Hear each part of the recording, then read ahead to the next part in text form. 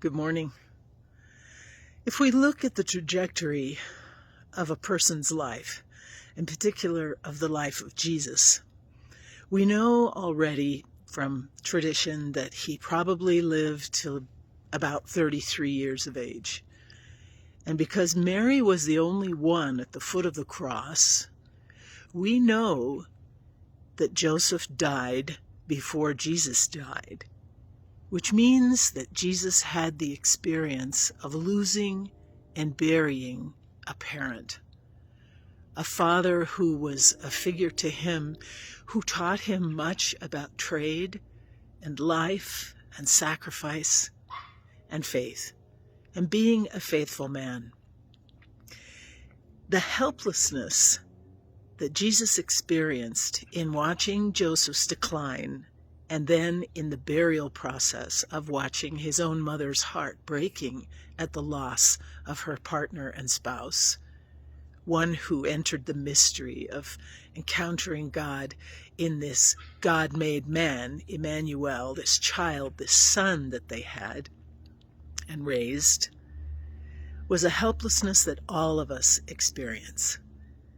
Whether it is watching a parent die and assisting them over the threshold to a new life, or whether it is losing our own identity, sense of self, whether it is watching somebody else die and that we have this sense of impending doom at times, of accompanying someone who's terminally ill in life, this sense of helplessness, of the largeness of life and the burdens that we carry, the seeming unfairness of life and death and suffering that we all experience, is one that Jesus knows deeply. And we know that even as an adult, Jesus lamented the fact that he did not have total control. None of us do. And we know that because there is that line in Scripture where he stands over Jerusalem and he says, "Jerusalem, Jerusalem, how I long to gather you under my wings like a mother hen gathers her chicks. But you do not listen and you do not come." Even God, in the person of Jesus, could not make things happen by wishing it so. What does that tell us, except that Jesus was fully human, is that also Jesus understands our suffering and our struggles in a way that nobody else does.